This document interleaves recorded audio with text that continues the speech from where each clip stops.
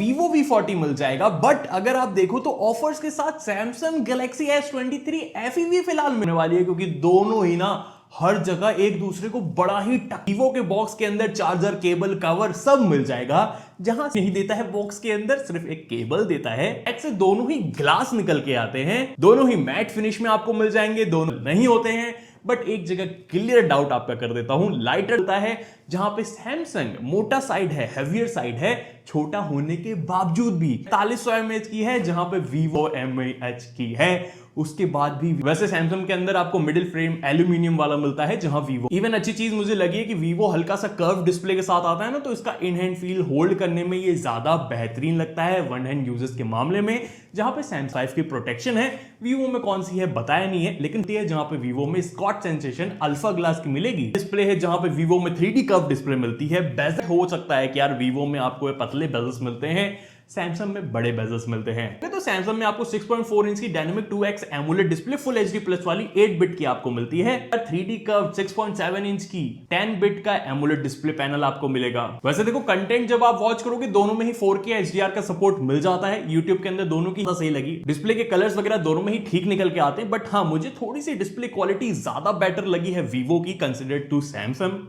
Even अगर आप viewing angle देखोगे दोनों में ही ठीक निकल के आता है, बट लो आपको मिलेगी सैमसंग के अंदर, जहां पे Vivo में कम फ्लिकरिंग मिलती है, तो आई में स्ट्रेन Vivo की डिस्प्ले में कम लगेगा आपको। देखोगे तो दोनों ही ब्राइट हो जाते हैं, डायरेक्ट सनलाइट के अंदर दोनों ही विजिबल हो जाएंगे, ज्यादा कोई समस्या आउटडोर विजिबिलिटी। दोनों के अंदर इन डिस्प्ले वाला फिंगरप्रिंट सेंसर भी आपको मिल जाता है। यार अभी भी थोड़ा सा पीछे है, जहां पे यार सैमसंग का डुअल स्पीकर ज्यादा लाउडर है, ज्यादा क्रिस्पियर है, ज्यादा अच्छा साउंड क्वालिटी ओवरऑल निकाल के देता है। में भी सैमसंग आपको आगे जाता हुआ मिलेगा। Vivo के काफी एवरेज वाले हैप्टिक्स रहते हैं। एक की वाटर रेजिस्टेंट की रेटिंग मिलती है, आप पानी के अंदर डिप कर सकते हो, कोई भी इश्यू नहीं आएगा। सैमसंग आपको ज्यादा बेटर अपडेट्स वगैरह का प्रॉमिस देता है, वो मिल जाते हैं जिनको आप इजीली इंस्टॉल कर सकते हो। दोनों में ही कोई फालतू वाले ब्लोटवेयर नहीं मिलते हैं। AI फीचर्स के वैसे अगर आपको नॉर्मल बेसिक AI फीचर जैसे ऑब्जेक्ट वगैरह को इरेज करना हो, वो Vivo में भी मिल जाता है। बट ऑफ कोर्स सैमसंग में और भी ज्यादा आपको AI फीचर जैसे सर्कल समराइज करने का ऑप्शन हो गया, कीबोर्ड के अंदर और भी AI वाले फीचर्स हो गए, या एडिटिंग के लिए भी और तगड़े तगड़े AI फीचर्स हो गए। सैमसंग में आपको निकाल ऐप बनाना हो, एप्स वगैरह को लॉक करना हो, थोड़ी बहुत लॉक स्क्रीन की कस्टमाइजेशन हो, दोनों में ही मिलती है।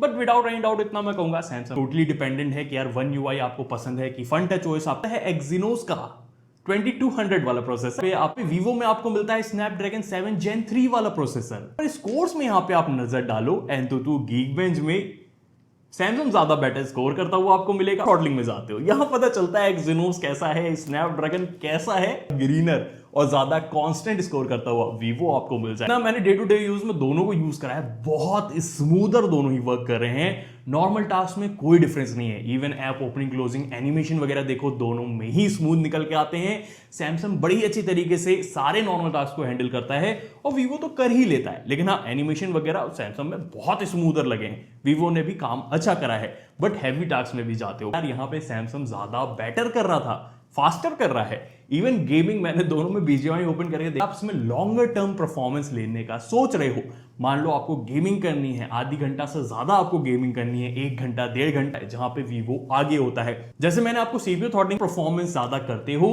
उस मामले में Vivo आपको ज्यादा 4500 mAh बैटरी और रो गा के भी आपको बैकअप यहां पे निकाल के देता है, जहां Vivo 7R प्लस का आपको बैटरी बैकअप दे देगा। वो 80 वॉट की चार्जिंग देता है, सैमसंग 25 ही वॉट की देता है, और in the box charge Samsung support करता है। तो एक थोड़ा सा है ये, बट यार बहुत टक्कर वाला मुकाबला है, इतना टक्कर वाला है मैं क्या ही बताऊं। मैं आपको मेन सेंसर 50 मेगापिक्सल का OIS के साथ 8 मेगापिक्सल का टेलीफोटो और 12 मेगापिक्सल का अल्ट्रा वाइड मिलता है।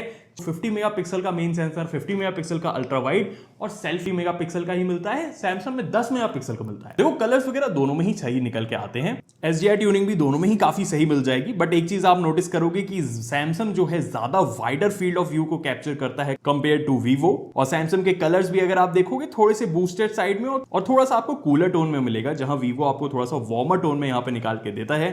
वैसे परफॉर्मेंस को बहुत ज्यादा ड्रॉप नहीं करता है, लेकिन ये जब ये हीट हो जाता है, हीट नहीं होता है, ये चीज मुझे बहुत ज्यादा अच्छी लगी। वैसे ओवरऑल देखोगे दोनों